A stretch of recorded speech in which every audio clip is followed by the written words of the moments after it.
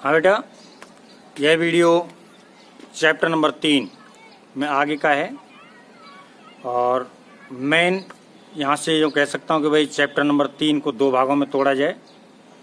तो लास्ट वाला पार्ट आज स्टार्ट कर चुके हैं इस वीडियो के द्वारा। वीडियो में है स्थितिज ऊर्जा। क्या है बेटा? स्थितिज ऊर्जा या विद्युत स्थितिज ऊर्जा। क्या कहूंगा इसको? स्थितिज ऊर्जा या विद्युत स्थितिज ऊर्जा क्या होती है? देखो, जब विद्युत स्थितिज ऊर्जा बोल रहा हूं या स्थितिज ऊर्जा बोल रहा हूं, बात तो एक ही। वैसे स्थितिज ऊर्जा के बारे में बात करें तो पहले क्या होता है, किसी भी वस्तु को एक स्थान से दूसरे स्थान तक ले जाया जाएगा। तो एक स्थान से दूसरे स्थान तक ले जाने में क्या करना पड़ेगा? वहां कार्य। तो किया गया कार्य उसकी कौन सी ऊर्जा के रूप में? स्थितिज ऊर्जा के रूप में संचित रहता है ना। अब यहीं पर यदि मैं इस स्थितिज ऊर्जा को विद्युत स्थितिज ऊर्जा कह दूं, क्या कहते हैं? विद्युत स्थितिज ऊर्जा। तो विद्युत स्थितिज ऊर्जा क्या हो जाएगी? यहां तो मैं कह रहा था किसी वस्तु को एक स्थान से दूसरे स्थान तक ले जाया जाता है, तो ले जाने में किया गया कार्य कौन सी ऊर्जा के रूप में? स्थितिज ऊर्जा के रूप में संचित रहता है। अब मैं कह रहा हूं विद्युत स्थितिज ऊर्जा, तो कौन सा क्षेत्र चाहिए? विद्युत क्षेत्र। कौन सा क्षेत्र चाहिए? विद्युत क्षेत्र। तो जब किसी वस्तु को विद्युत क्षेत्र में ले जाएं, और विद्युत क्षेत्र में जिस वस्तु को ले जाएंगे वो वस्तु भी फिक्स रहेगी। क्या रहेगा वो? आवेश। किसको ले जाया जाएगा? आवेश को, है ना। तो जब किसी आवेश को, कोई भी आवेश ले सकते हैं, विद्युत क्षेत्र में एक स्थान से दूसरे स्थान तक ले जाया जाता है। जब किसी आवेश को विद्युत क्षेत्र में एक स्थान से दूसरे स्थान तक ले जाया जाता है, तो आवेश को ले जाने में किया गया कार्य, ले जाया जाता है या यूं लिख दो लाया जाता है। तो आवेश को लाने में किया गया कार्य विद्युत स्थितिज ऊर्जा के रूप में संचित रहता है। अब मैं ये कह के चल रहा हूं, ये जो क्षेत्र है ये कौन सा? विद्युत क्षेत्र है। और यहां से किसको लेके आ रहा हूं? ए बिंदु से किसी परीक्षण आवेश को या आवेश को लेके आ रहा हूं। तो इस अवस्था में यह ऊर्जा कौन सी हो गई? विद्युत स्थितिज ऊर्जा। कौन सी ऊर्जा हो गई बेटा? विद्युत स्थितिज ऊर्जा। तो स्थितिज ऊर्जा या विद्युत स्थितिज ऊर्जा किसको कहेंगे हम? किए गए कार्य को। स्थितिज ऊर्जा या विद्युत स्थितिज ऊर्जा किसको नाम देंगे? किए गए कार्य को। किसको नाम दे देंगे बेटा? किए गए कार्य को स्थितिज ऊर्जा या विद्युत स्थितिज ऊर्जा कहते हैं। तो सूत्र क्या लिख सकता हूं मैं? किया गया कार्य बराबर कौन सी ऊर्जा है बेटा अपने पास? स्थितिज ऊर्जा। किया गया कार्य बराबर स्थितिज ऊर्जा। कार्य को क्या लिखते हैं हम? W, और स्थितिज ऊर्जा को क्या लिख देते हैं? U। ठीक है। तो विद्युत क्षेत्र की उपस्थिति में जब किसी परीक्षण आवेश को या आवेश को एक स्थान से दूसरे स्थान तक ले जाया जाता है या लाया जाता है, तो ले जाने में या लाने में किया गया कार्य उसकी स्थितिज ऊर्जा के रूप में संचित रहता है। किसके रूप में संचित रहता है बेटा? स्थितिज ऊर्जा के रूप में। ठीक है। यह तो हो गया स्थितिज ऊर्जा या विद्युत स्थितिज ऊर्जा क्या होती है। यह तो क्या हो गया? विद्युत स्थितिज ऊर्जा। यह तो क्या हो गया? विद्युत स्थितिज ऊर्जा, है ना। अब विद्युत स्थितिज ऊर्जा के बाद है दो आवेशों के मध्य स्थितिज ऊर्जा का मान। किसके मध्य बेटा? दो आवेशों के मध्य स्थितिज ऊर्जा। तो अपना हेडिंग है यहां पे, दो आवेशों के मध्य कौन सी ऊर्जा ले रहा हूं?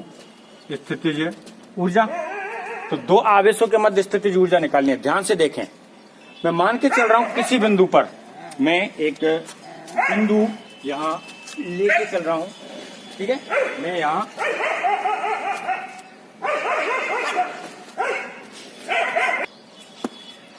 वो क्या बगल में थोड़ी सी डिस्टर्बेंस हो गई थी, वो आवाज आप सुन रहे होंगे। तो बेटा दो आवेशों के कारण ऊर्जा निकालनी है। तो मैं एक बिंदु O पर Q1 आवेश लेके चल रहा हूं। बिंदु O पर कौन सा आवेश लेके चल रहा हूं? Q1 आवेश। बिंदु O से स्मॉल r दूरी पर कौन सा बिंदु ले लिया? P। बिंदु O पर Q1 आवेश ले रहा हूं और बिंदु O से स्मॉल r दूरी पर कौन सा आवेश ले लेते हैं?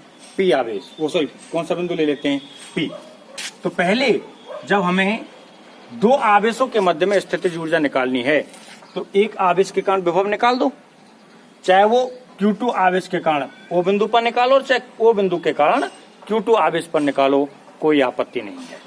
तो पहले भाषा लिखें। तो भाषा में यहां तक की भाषा के तो बताने वाला हूं क्या है। माना बिंदु O पर Q1 आवेश उपस्थित है, माना बिंदु O पर Q1 आवेश उपस्थित है जिससे R दूरी पर बिंदु P स्थित है, जिससे R दूरी पर कौन सा बिंदु स्थित है? P। बिंदु P पर, ठीक है, अनंत से आवेश Q2 को लाया जाता है। बिंदु P पर कहां से लेके आ रहा हूं? अनंत से कौन से आवेश को लेके आ रहा हूं? Q2 आवेश को लाया जाता है। तब Q1 आवेश के कारण, कौन से आवेश के कारण ले लेते हैं? Q1 आवेश के कारण बिंदु P पर विभव का मान। यह तो कंप्लीट भाषा है। अब मैं थोड़ा सा इसको रिमूव करके आपके सामने लिख रहा हूं। कैसे लिख रहा हूं देखो। माना बिंदुओं पर Q1 आवेश उपस्थित है ना, इससे R1 दूरी पर कौन सा बिंदु स्थित है? P। तो बिंदु P पर Q1 के कारण उत्पन्न विभव का मान, आवेश से R दूरी पर स्थित बिंदु पर विद्युत विभव का मान निकालना है। तो लिख देता हूं, बिंदु P पर आवेश किसके? Q1। किसके कारण ले रहा हूं? Q1 के कारण विद्युत विभव ज्ञात करना है। तो विद्युत विभव का मान क्या नाम दे दें इसको? B। 1 या 2 देने की जरूरत नहीं है क्योंकि एक ही विभव ज्ञात कर रहा हूं। तो B बराबर क्या हो गया कि Q1 बटे R, और समीकरण नंबर क्या कह देते हैं? 1। कि Q1 बटे R समीकरण नंबर क्या कह देते हैं? 1। बिंदु P पर कहां से? अनंत से Q2 आवेश को लाया जाता है। बिंदु P पर अनंत से Q2 आवेश को लाया जाता है। तब Q2 आवेश को लाने में प्राप्त किया गया कार्य, तो लिख देते हैं, बिंदु P पर अनंत से कितने आवेश को? Q2 आवेश को। कितने आवेश को बेटा? Q2 आवेश को लाया जाता है। तो लाने में किया गया कार्य बराबर, तो कार्य का सूत्र लिखना है किसके रूप में? विभव के रूप में। तो कार्य बराबर क्या होता है बेटा? विभव गुणा आवेश। कार्य बराबर क्या होता है? विभव गुणा आवेश। तो W निकालना है, कार्य निकालना है। तो W बराबर विभव तो हो गया B, और कितने आवेश को ला रहा हूं? Q2 आवेश को। तो क्या हो गया? V इंटू में Q2। समीकरण 1 से किसका मान रख देते हैं? B का। तो समीकरण किससे बेटा? 1 से क्या करने पर मान रख देते हैं? तो मान रखने पर। समीकरण 1 से क्या कर देते हैं? मान रख देते हैं। तो मान रखने पर अब W बराबर क्या आ गया? B का मान क्या है बेटा? के Q1 बटे R, और इंटू में क्या हो गया? Q2, है ना। तो W बराबर क्या आ गया? देखो, W बराबर आ गया के Q1 Q2 बटे R। यह तो क्या हो गया? किया गया कार्य। यह तो किसका मान हो गया? किया गया कार्य। किया गया कार्य कौन सी ऊर्जा के रूप में? स्थितिज ऊर्जा के रूप में संचित होता है। तो यह किया गया कार्य कौन सी ऊर्जा के रूप में बेटा हो? स्थितिज ऊर्जा के रूप में। कौन सी ऊर्जा के रूप में? स्थितिज ऊर्जा के रूप में संचित रहता है। तब कार्य बराबर कौन सी ऊर्जा हो जाएगी? स्थितिज ऊर्जा। कार्य बराबर क्या हो जाएगी? स्थितिज ऊर्जा। तो W बराबर क्या हो गया? U, और U बराबर क्या आ गया? कि Q1 Q2 बटे R। क्या आ गया बेटा? कि Q1 Q2 बटे R। तो इस प्रकार से दो आवेश जो एक दूसरे के साथ स्मॉल r दूरी पर स्थित हैं, इस प्रकार से दो आवेश जो एक दूसरे के साथ कितनी दूरी पर स्थित हैं? स्मॉल r दूरी पर स्थित हैं, उनके मध्य स्थितिज ऊर्जा का मान क्या आता है? के Q1 Q2 बटे R। वापस से सुन लें पूरी बातें कि स्थितिज ऊर्जा क्या है और किस प्रकार से प्राप्त हुई। इसके बाद इसमें मैं नोटों को बताऊं, पहले बता ही देता हूं। अब देखो बेटा, यहां मैं दो प्रकार से बातें करूंगा। पहली कि अपने पास नोट जो लिखाने वाला हूं, नोट यानी कि Q1 बराबर Q2 बराबर अपने पास एक समान रूप से या एक समान प्रकृति के आवेश हैं। कैसे प्रकृति के आवेश हैं? एक समान प्रकृति के कह सकता हूं या तो दोनों धन आवेशित हैं या दोनों कैसे हैं? ऋण आवेशित हैं, है ना। तो समान आवेशित हैं, समान प्रकृति से आवेशित हैं। समान प्रकृति के कैसे हैं? एक दूसरे के समान प्रकृति के, ठीक है। तब अपने पास U का मान कैसा प्राप्त होगा? धनात्मक। तब U का मान कैसा प्राप्त होगा? धनात्मक। नोट नंबर पहला है ये। तो नोट नंबर क्या हो गया? जब Q1 और Q2 या दोनों आवेश समान प्रकृति के हों। कैसी प्रकृति के हों? समान प्रकृति के हों। तो स्थितिज ऊर्जा का मान कैसा आता है? धनात्मक। नोट नंबर 2, जब Q1 और Q2 कैसे हों? असमान प्रकृति के हों। कैसे हों बेटा? असमान प्रकृति के हों। तो इस अवस्था में U बराबर कैसा आएगा? ऋणात्मक। इस अवस्था में U कैसा आएगा? ऋणात्मक। वो अपन यह देख सकते हैं कि Q1 Q2 बटे R। यदि दोनों आवेशों का चिन्ह धनात्मक है तो उत्तर किस में आएगा? प्लस में आएगा। और यदि दोनों आवेशों का चिन्ह ऋणात्मक है तो उत्तर किस में आएगा? माइनस में आएगा। पहला नोट। दूसरा नोट, यदि आवेश समान प्रकृति के हैं। नोट नंबर 2 हो गया, सॉरी। तीसरा नोट, यदि आवेश कैसी प्रकृति के हैं? समान प्रकृति के। तो Q1 बराबर Q2 बराबर कैसे हैं? समान प्रकृति के, है ना। दोनों आवेश कैसी प्रकृति के हैं? समान प्रकृति के हैं। तो समान प्रकृति के आवेश होने पर अपने पास देखो ऊपर जो वैल्यू आ रही है वो कैसी हो रही है? धनात्मक। तो U समानुपाती 1/R। समान प्रकृति के हैं तो U समानुपाती क्या हो गया? 1/R। तो R को कम करने पर, इस अवस्था में R को कम करेंगे तो U के मान में क्या हो जाएगी? वृद्धि। R के मान में कमी करेंगे तो U के मान में क्या हो जाएगी? वृद्धि, है ना। और R के मान में वृद्धि करेंगे तो U के मान में क्या हो जाएगी? कमी। अगर आवेश कैसी प्रकृति के हैं? समान प्रकृति के। पॉइंट नंबर 4, यदि आवेश Q1 और Q2 कैसे हैं? असमान। कैसी प्रकृति के हैं? असमान प्रकृति के हैं, है ना। तो इस अवस्था में U समानुपाती 1/R, लेकिन चिन्ह किसका रहेगा? माइनस का। क्यों बेटा? क्योंकि देखो KQ1 Q2 से जो वैल्यू आ रही है, KQ1 Q2 से जो वैल्यू आ रही है, मान आ रहा है, वह मान कैसा होगा? ऋणात्मक होगा। वह मान कैसा होगा? ऋणात्मक होगा। और ऋणात्मक होने की अवस्था में जो समानुपाती वो व्युत्क्रमानुपाती में बदल जाएगा, और जो व्युत्क्रमानुपाती है वो किस में बदल जाएगा? समानुपाती, है ना बेटा। तो इस अवस्था में R के मान को घटाने पर U का मान घटेगा और R के मान को बढ़ाने पर U का मान बढ़ेगा, ठीक है। तो ये 4 नोट भी यहाँ पर मैंने बताए। तो सबसे पहले अब मैं कंप्लीट यहाँ तक की फोटोग्राफ को समझा रहा हूँ कि क्या क्या है। तो स्थितिज ऊर्जा क्या होती है? पहले मैं प्लेन या कंप्लीट एक स्थितिज ऊर्जा की बात कर रहा हूँ कि स्थितिज ऊर्जा क्या होती है। तो स्थितिज ऊर्जा क्या है बेटा?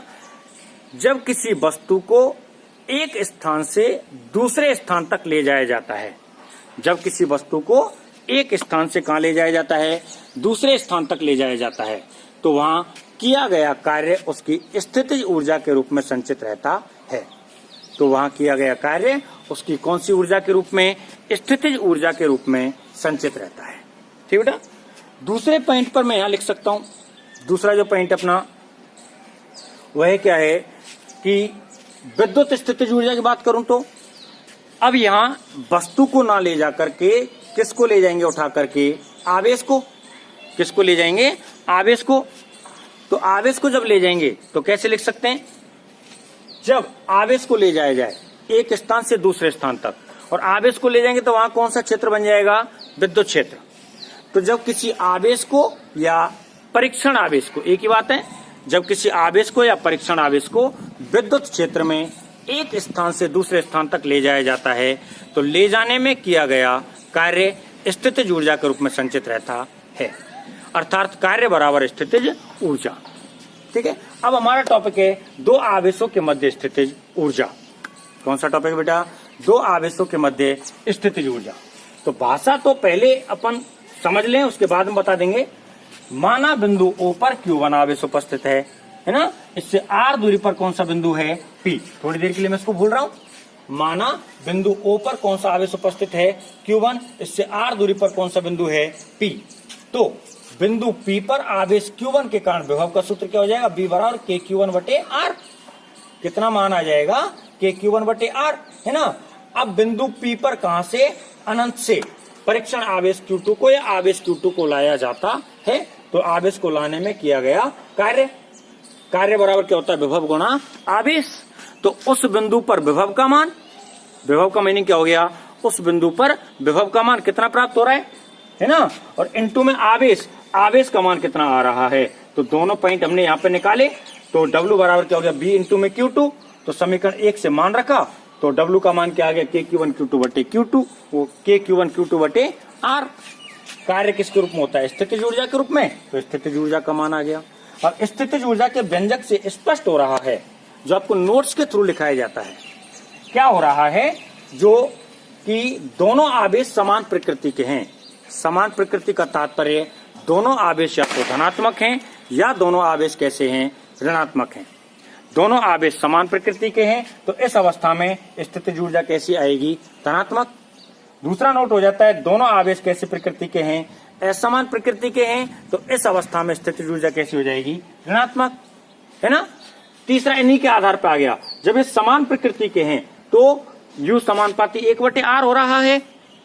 U समानुपाती क्या हो रहा है? 1/R। तो इस अवस्था में R के मान को घटाओ तो U का मान बढ़ेगा, R के मान को बढ़ाओ तो U का मान घटेगा। व्युत्क्रमानुपाती की भांति कार्य करेगा। दूसरी अवस्था में यदि ये असमान प्रकृति के हैं या विपरीत प्रकृति के हैं, क्या है बेटा? असमान प्रकृति के या विपरीत प्रकृति के, तो U समानुपाती क्या हो जाएगा? -1/R। और अगर समानुपाती के चिन्ह के साथ माइनस हो तो माइनस समानुपाती को तो व्युत्क्रमानुपाती बना देता है, और व्युत्क्रमानुपाती को क्या बना देता है? समानुपाती, है ना। तो R के मान में कमी करेंगे, क्योंकि यहाँ पे व्युत्क्रमानुपाती और माइनस के चिन्ह के साथ है, तो R का मान डायरेक्ट ही क्या हो जाता है? समानुपाती रूप में। R के मान में कमी करेंगे तो U के मान में कमी आएगी, R के मान में वृद्धि करेंगे तो U के मान में वृद्धि होगी। ठीक है। तो इस प्रकार से हम यहाँ कह सकते हैं कि स्थितिज ऊर्जा या दो आवेशों के मध्य स्थितिज ऊर्जा परिवर्तित होती है। उतारने के लिए अपन स्क्रीन को पॉज कर लें और कंप्लीट स्क्रीन को देख के एक साथ अपन उतार लें। ठीक बेटा, इस वीडियो में इतना ही है। इसके आगे वीडियो रहेगा 2 से अधिक आवेशों के मध्य स्थितिज ऊर्जा का मान। आगे वीडियो कौन सा है? 2 से अधिक आवेशों के मध्य स्थितिज ऊर्जा का मान, उसे हम अगले वीडियो में देखेंगे।